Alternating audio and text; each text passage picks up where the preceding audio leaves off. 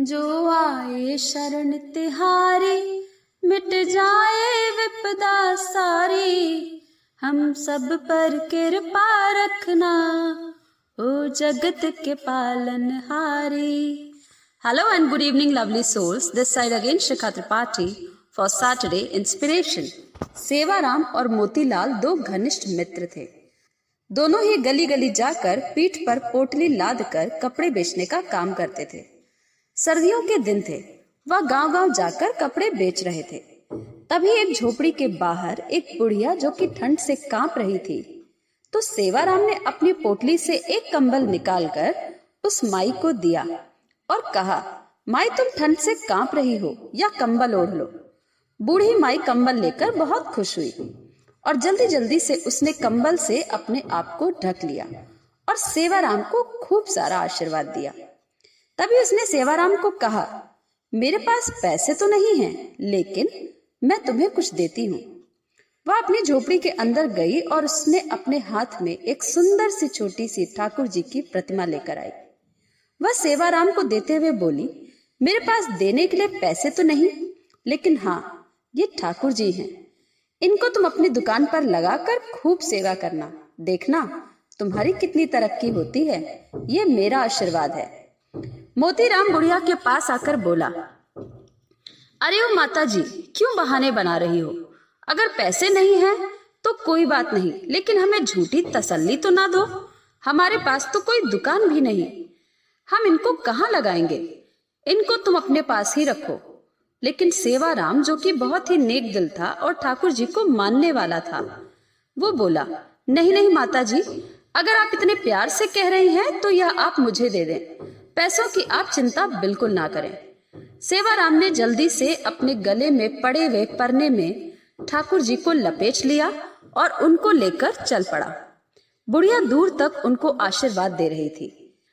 ठाकुर जी का ऐसा ही चमत्कार हुआ और अब धीरे धीरे दोनों की कमाई ज्यादा होने लगी।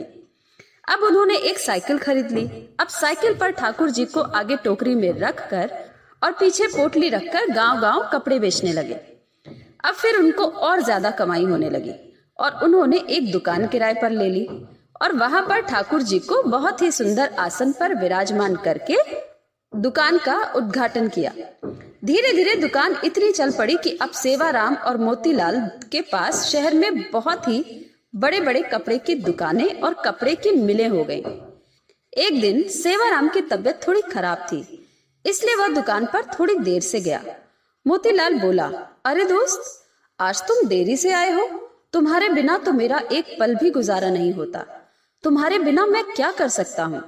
सेवाराम हंस के बोला, अरे मोतीलाल, चिंता क्यों करते हो? मैं नहीं आऊंगा तो मेरे ठाकुर जी तो है ना। ये कहकर सेवाराम अपने काम में लग गया। सेहत खराब होने के कारण सेवाराम अब दुकान पर थोड़े विलंब से आने लगा।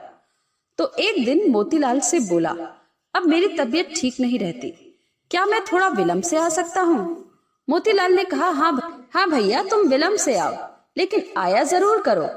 मेरा तुम्हारे बिना दिल नहीं लगता।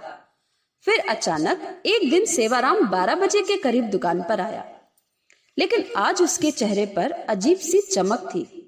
चाल में एक अजीब सी मस्ती थी, चेहरे पर मुस्कान थी। वह आकर गद्दी पर बैठ गया। मोतीलाल ने कहा, भैया, आज तुम्हारी तो तबीयत ठीक लग रही है। सेवाराम ने कहा, भैया ठीक तो हूँ, लेकिन आज से मैं बस 12 बजे आया करूंगा और 5 बजे चला जाया करूंगा। मैं तो केवल इतना ही दुकान पर बैठ सकता हूँ। मोतीलाल ने कहा, कोई बात नहीं, जैसे तुम्हारी इच्छा। अब तो सेवाराम रोज 12 बजे आता और 5 बजे चला जाता। एक दिन मोतीलाल की बेटे की शादी तय हो गई, तो शादी का निमंत्रण देने वो सेवाराम के घर गया। घर जाकर उसको उसके बेटे, बहू, सेवाराम की पत्नी सब नजर आ रहे थे, लेकिन सेवाराम नजर नहीं आ रहा था। उसने सेवाराम की पत्नी से कहा, भाभी जी, सेवाराम कहीं नजर नहीं आ रहा। उसकी पत्नी एकदम से हैरान हो गई, बोली, ये आप क्या कह रहे हैं? तभी वहां उसका बेटा भी आ गया और कहने लगा, काका जी, आप कैसे बातें कर रहे हैं? मोतीलाल बोला कि मैंने ऐसा क्या पूछ लिया? मैंने अपने दोस्त के ही बारे में तो पूछा है। क्या उसकी तबीयत ठीक तो है? क्या वो अंदर आराम कर रहा है? मैं खुद जाकर देखता हूँ। मोतीलाल उसके कमरे में चला गया, लेकिन सेवाराम उसको वहां भी नजर नहीं आया। तभी अचानक उसकी नजर उसके कमरे में सेवाराम की तस्वीर पर पड़ी। वह एकदम से हैरान होकर सेवाराम की पत्नी की तरफ देखता हुआ बोला, अरे भाभी जी, ये क्या किया आपने? सेवाराम की तस्वीर पर हार क्यों चढ़ाया है? सेवाराम की पत्नी आंखों में आंसू भरकर बोली, मुझे आपसे ऐसी उम्मीद नहीं थी भैया, आप ऐसा मजाक करेंगे। मोतीलाल को कुछ समझ में नहीं आ रहा था। तभी सेवाराम का बेटा बोला, क्या आपको नहीं पता, पिताजी को गुजरे 6 महीने हो चुके हैं। मोतीलाल को ऐसा लगा जैसे उसके सिर पर बिजली गिर पड़ी हो। वह एकदम से थोड़ा लड़खड़ाता हुआ पीछे की तरफ हटा और बोला, ऐसे कैसे हो सकता है? वह तो हर रोज दुकान पर आते हैं, बीमार होने के कारण थोड़ा विलंब से आते हैं। वह 12 बजे आते हैं और 5 बजे चले जाते हैं। उसकी पत्नी बोली, ऐसा कैसे हो सकता है कि आपको ना पता हो? आप ही तो हर महीने उनके हिस्से के मुनाफे के पैसे हमारे घर देने आते हैं। 6 महीने से तो आपने हमें ज्यादा मुनाफा दिया है। मोतीलाल का तो अब सर चकरा गया। उसने कहा, मैं तो कभी आया ही नहीं, 6 महीने हो गए हैं क्या इस बात को? तभी उसको सेवाराम की कही बात याद आई कि मैं ना रहूंगा तो मेरे हरि है ना, मेरे ठाकुर जी तो है ना। मोतीलाल को अब यह सारी बातें याद आ गईं, तो वह जोर जोर से रोने लगा और कहा, ठाकुर जी, हे हरि, आप अपने भक्तों के शब्दों का इतना मान रखते हैं, जो कि अपने विश्राम के समय मंदिर के पट 12 बजे बंद होते हैं और 5 बजे खुलते हैं, उस समय पर आप दुकान पर आते थे। आप अपने भक्तों के शब्दों का इतना मान रखते हैं। इतना कहकर वह फूट फूट कर रोने लगा और कहने लगा, ठाकुर जी की लीला अपरंपार है। मैं ही सारी जिंदगी नोट गिनने में लगा रहा। असली भक्त तो सेवाराम था, जो आपका प्रिय था। आपने उसको अपने पास बुला लिया और उसके शब्दों का मान रखने के लिए आप उसका काम खुद स्वयं करते रहे और उसके हिस्से का मुनाफा भी उसके घर में मेरे रूप में भेजा।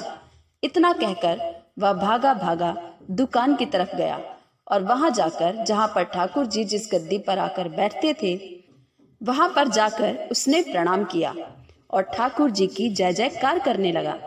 विश्वास से तो बेड़ा पार है, इसलिए हमें हर काम उस पर विश्वास रखकर अपनी डोरी उस पर छोड़ देनी चाहिए। जिनको उन पर पूर्ण विश्वास है ना, उनकी डोरी कभी भी अपने हाथ से छूटने नहीं देते। जय श्री राधे।